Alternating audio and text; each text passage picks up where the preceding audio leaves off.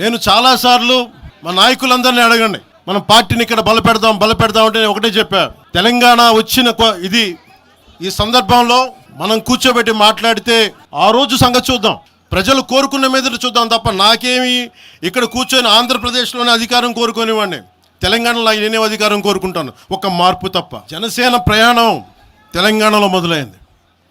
నేను మీకు ఏ సమస్యకైనా సరే నేను కూర్చోబెట్టి మా నాయకులు ఒకటే చెప్పా, మీరు సమస్యల మీద పోరాడండి.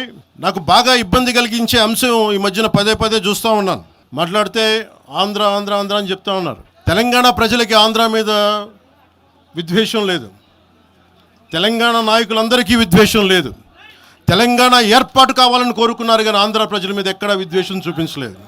నిజంగా తెలంగాణ ప్రజలు కానీ మొత్తం తెలంగాణ నాయకులు కానీ విద్వేషం చూపించి ఉంటే ఈ రోజున ఒక్క ఆంధ్ర ప్రాంత వ్యక్తి కూడా ఇక్కడ తెలంగాణలో ఉండలేడు. ఇది తెలంగాణ తాలూకు ప్రేమ, తెలంగాణ ప్రజల తాలూకు ప్రేమ, ఇవన్నీ ఎవరు మర్చిపోరు.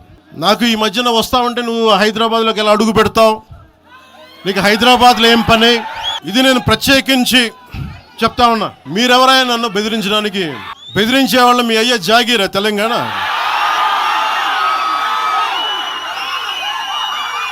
నా మీద దాడులు చేస్తా ఉన్నారు కదా.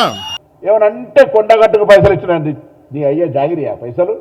తెలంగాణ ప్రభుత్వం ఆంధ్రప్రదేశ్ ప్రభుత్వం వస్తే ఇంకొక మాట మాట్లాడతారు, రానియరా తిరగనియరా. గత 4 నెలల కింద వచ్చినప్పుడు తెలంగాణ ప్రభుత్వం ఆయనను తెలంగాణ గెస్ట్గా ఇచ్చిన ప్రోటోకాల్ ఇచ్చి, అది మర్చిపోయి మాట్లాడితే ఎట్లా? నువ్వు తెలంగాణ ఆవిర్భావ దినోత్సవం రోజు అందరినీ కట్టెబెట్టి గెలికినట్టుగా నవనిర్మాణ తెలంగాణ ఆవిర్భావ దినోత్సవం తెలంగాణ ప్రజలకు శుభాకాంక్షలు చెప్తాను రా. ఇది ప్రజల ఆకాంక్ష, పోరాడి సాధించుకున్నారు, బాగండి అని కోరు. తెలంగాణ నవనిర్మాణం ఏం చేసేది ఉన్నది? నువ్వు వచ్చి పీకేదేంది ఇక్కడ? నువ్వు ఇప్పుడు చెప్పినావు కదా, అక్కడనే పీకలేకపోతుంది, ఇక్కడే పీకుతా అని. ప్రేక్షకులుగా నటుడిని గౌరవిస్తే ఈలలు కొడితే అదంతా నా బలం అనుకునేటువంటి పరిస్థితి ఉంటుంది. మీరు అన్నట్టుగానే ఆంధ్రాలోనే నువ్వు గెలవలేకపోయినావు, ఇక్కడ వచ్చి ఏంది ఇదంతా? మళ్ళీ చెప్తాను, పవన్ కళ్యాణ్ గారు ఇక్కడ తెలంగాణలో రావడానికి పోవడానికి సంబంధించిన మాకేమటువంటి అభ్యంతరాలు లేవు. కానీ ఆవిర్భావ దినోత్సవం రోజే గెలికి నవనిర్మాణం పెడతా అంటే చూస్తూ ఊరుకోవడానికి కూడా సిద్ధంగా లేరు.